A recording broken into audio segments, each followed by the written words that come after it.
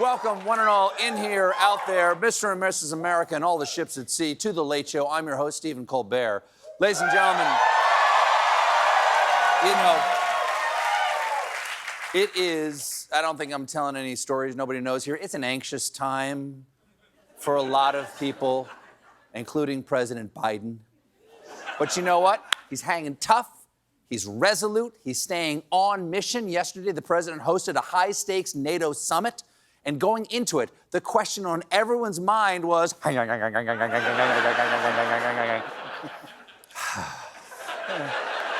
they say Biden has good days and bad days, and yesterday was a very good day because he nailed the speech. Here he is reconfirming our commitment to NATO with gusto.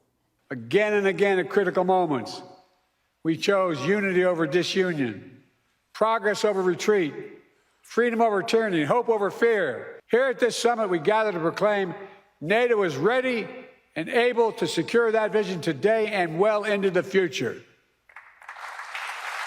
Yeah, that's the Joe I know. That's the man. Come on. And here's the thing. Let's hold the election right now, okay? Any loose paper near you is officially a ballot, or just grab a hunk of birch bark and sign your name, slip it through the window of the closest elementary school, or just anything near a bake sale. Legally, they have to take it. Now, to educate the public about the importance of yesterday's event, the administration hired a social media influencer to film a promotional video for the NATO summit, though the influencer later admitted that he initially thought he was being recruited for a Sharknado project.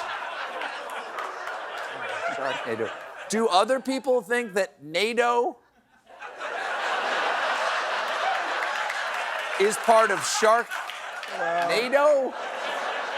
Because that would certainly explain Trump's hostility to NATO. NATO, no thanks, is full of flying sharks every time. Every time I would choose electrocution. Electrocution.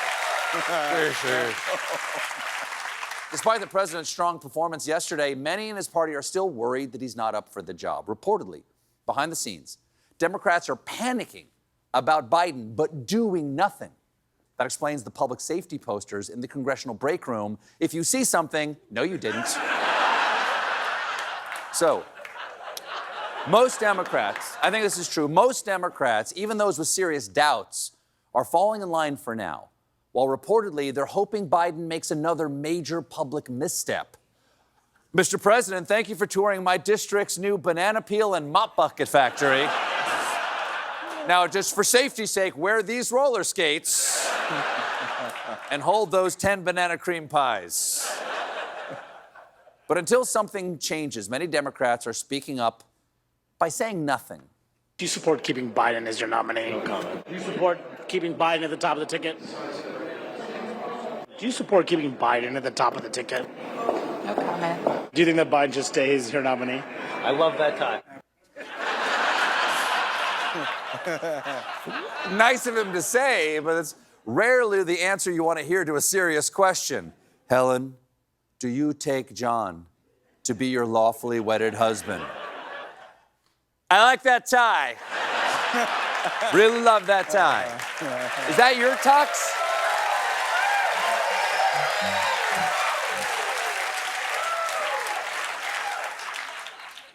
Unlike some of his colleagues, South Carolina Representative James Clyburn is all in. Was there more people saying Biden should step down or more people saying he should step up? We're riding with Biden. We're riding with Biden. Is that the general consensus in there? We are riding with Biden. Was there conversation about Vice President We are Kamala? riding with Biden. Was there conversation about Vice President Kamala Harris in there? We are riding with Biden. Yeah, man, that's it. That's how you do it. We're riding with Biden. Now, granted, you got it. That's loyalty right there. Now, granted, riding with Biden is catchy, but if it's all going to be based on rhymes, maybe prepare us for Harris or jump in the car with Klobuchar or take a closer looker at Senator Cory Booker. Here's the thing. Here's the ting. Maybe Biden can't win, or maybe he's the only one who can win. I don't know what the right answer is, and I'm not alone, because Here's what one Democratic rep had to say coming out of yesterday's closed-door meeting.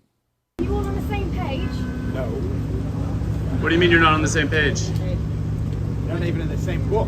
Wow, that's pretty rough. Well, could I recommend a new book? Oh, the Places for Joe.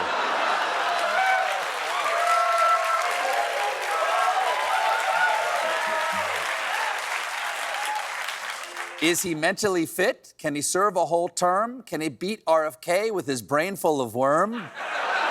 Just ask him, just ask him. The man loves to talk as long as you ask him before 8 o'clock.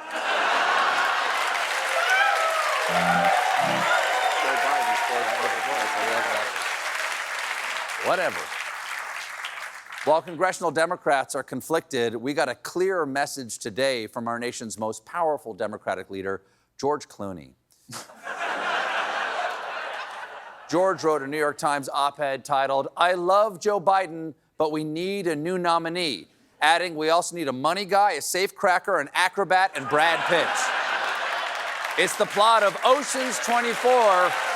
Amal's busy with human rights stuff, and I got bored. I watched that. Now, if he does step aside, we have a clue of how that might go down thanks to a new poll showing Vice President Kamala Harris is running ahead of Trump at 42% to 41%. Yeah. Oh, yeah. I like the sound. I like the sound of that. She could beat Trump running on Biden's record and on all the stuff she did as vice president, which we will definitely learn about eventually. Well, I think it's presiding over the Senate and cutting the ribbon at the opening of any new Jamba Juice. But Harris isn't the only one beating Trump in that poll because Hillary Clinton leads Trump 43 to 41. Hillary Clinton! Oh my God! Wow. What year is it? How old am I? Hillary Clinton polling ahead of Trump, and is this true? I'm being told we're going live to Chappaqua for a reaction from Secretary Clinton. She still got it.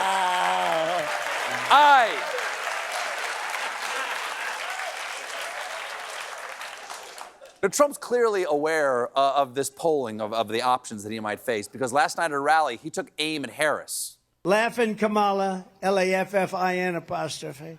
Laughing. Laughing Kamala. Does he think he's at a nickname spelling bee? I'm telling you, Meatball Ron. That's Meatball Emmy. T-ball. I'm sorry, could I hear the word in the form of a sandwich, please? Trump also proposed a new presidential contest. I'm also officially challenging Crooked Joe to an 18-hole golf match right here. It will be among the most watched sporting events in history. Now, listen, picking a president via a sports contest might sound strange, but it's not unprecedented. Remember, in '92, when Clinton Gore Ticket won the presidency with synchronized swimming.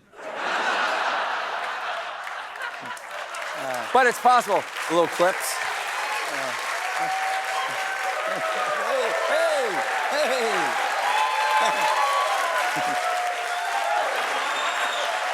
Whoa, watch yourself. Can't do it anymore. Trump also looked back to his time in office and revealed the depth of his knowledge about NATO on his first day. I didn't even know what the hell NATO was too much before, but it didn't take me long to figure it out, like about 2 minutes. That certainly inspires confidence. It's like a surgeon saying, to be honest, Mr. Hendricks, before this morning, I didn't really know what the hell the heart even was, but you know what? I watched a YouTube video and figured it out in like 2 minutes. So what do you say you go sleepy by and I scoop out the squishy pumpy thing? Can I get a melon baller? Nurse, could I have a melon baller or a grapefruit spoon? We don't yet know who Trump's VP had announced since I came out here, right? No announcement. Okay. We don't know who Trump's VP is, but there's one person who's already looking for a gig in the second Trump presidency. It's MyPillow CEO and hypnotist trying to convince his ex to let him see the kids, Mike Lindell. Yesterday, Lindell went on a podcast and asked Trump to put him in charge of American elections. In charge? He's the biggest election denier of all time. That's like making E. coli the manager of the salad bar. But here's the thing, I can tell why. It may not be... I'll take the stash right here. It might be he just needs the cash from an extra job because he's still the target of a $1.3 billion defamation lawsuit filed by Dominion Voting Systems. Mr. Trump, please.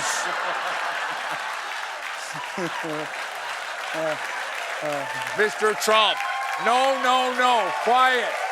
Don't shout me down. Mr. Trump, please put me in charge of America's elections or at the fry station at Wendy's. I owe a lot of money to some really bad hombres. You wouldn't turn on me, would you, Pillow? Oh, no! Henry! My pillow's possessed by the ghost of Hugo Chavez!